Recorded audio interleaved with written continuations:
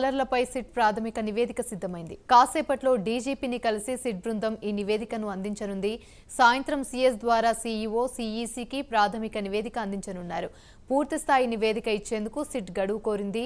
3 జిల్లాల్లో 2 రోజుల పాటు సిట్ బృందం పర్యటించింది. ఈ పర్యటనలో భాగంగా నేతలు, స్థానికులు, పోలీసులను సిట్ విచారించింది.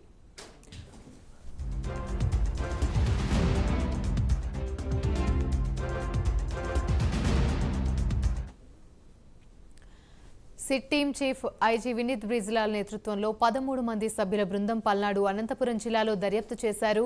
హింసాత్మక ఘటనలు చోటు చేసుకున్న ప్రాంతాలను సందర్శించిన బృంద సభ్యులు, బాధితులు, పోలీసుల నుంచి సమాచారం సేకరించారు. వీడియో ఫుటేజ్, ఇతర ఆధారాలను పరిశీలించారు. 2 రోజుల నుంచి సిట్ టీములుగా విడిపోయి సమస్యాత్మక ప్రాంతాల్లో పర్యటించింది. దర్యాప్తు ముగియడంతో సిట్ ఒక నివేదికను ఈసీకి అందించనుంది.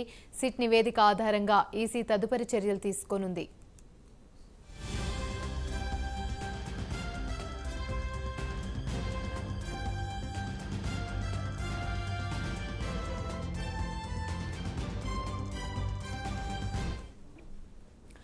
తిరుపతిలో చంద్రగిరి టీడీపీ అభ్యర్థి పులివర్తి నానిని సిట్ అధికారులు విచారించారు. ఘటనకు సంబంధించిన వివరాలను అడిగి తెలుసుకున్నారు. ఎస్వీ యూనివర్సిటీలో సుమారు 2 గంటల పాటు సిట్ బృందం విచారించింది. తన దగ్గర ఉన్న వీడియో ఫుటేజీని అధికారులకు అందించిన పులివర్తి నాని తెలిపారు. దాడి వెనుక ఉన్న నిందితులను శిక్షించాలని సిట్ అధికారులను కోరానని పులివర్తి తెలిపారు. నర్సరావుపేట పోలీస్ స్టేషన్లో పోలింగ్ రోజు జరిగిన ఘర్షణలపై నమోదైన కేసుల ఆధారాలను ఏసీబీ అడిషనల్ ఎస్పీ సౌమ్యలత పరిశీలించారు. పోలీస్ స్టేషన్లో దర్యాప్తు ముగిసిన అనంతరం పోలింగ్ రోజు జరిగిన సంఘటన స్థలాలు, municipal high school, Mallamma centre, MLA Gopireddy Srinivasareddy ఇంటి దగ్గర జరిగిన ఘటన స్థలాలను పరిశీలించారు. ఘర్షణల నేపథ్యంలో సీసీ ఫుటేజ్ని సైతం సిట్ అధికారులు పరిశీలించారు.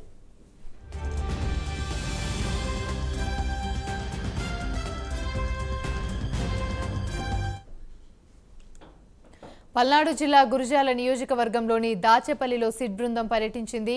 సిట్ డీఎస్పీ రామ్మూర్తి ఆధ్వర్యంలో దాచేపల్లి పోలీస్ స్టేషన్లో సిట్ అధికారులు రికార్డులు పరిశీలించారు.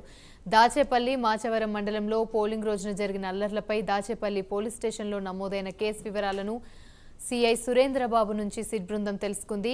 టీడీపీ, వైసీపీ వర్గీయులు ఇచ్చిన ఫిర్యాదులపైన కూడా సిట్ బృందం ఆరా తీసింది. కారంపూడి, మాచర్ల, నర్సరావుపేటలో జరిగిన అల్లర్లపైన సిట్ అధికారులు ఆరా తీశారు. అలాగే టీడీపీ, వైసీపీ కార్యకర్తలు ఇచ్చిన ఫిర్యాదుల సైతం పరిశీలించారు.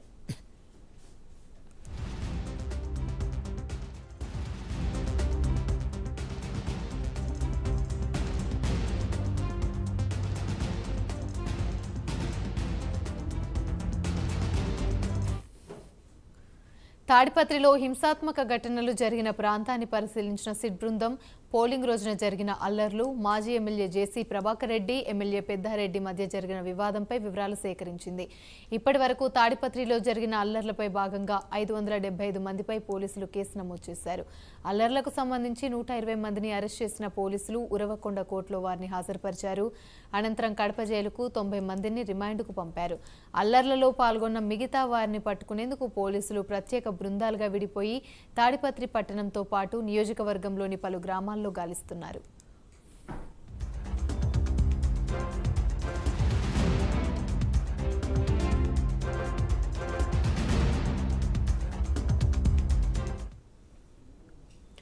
తిరుపతిలోని పద్మావతి యూనివర్సిటీని సైతం సిట్ సభ్యులు పరిశీలించి ధ్వంసమైన వాహనాల వివరాలను సేకరించారు.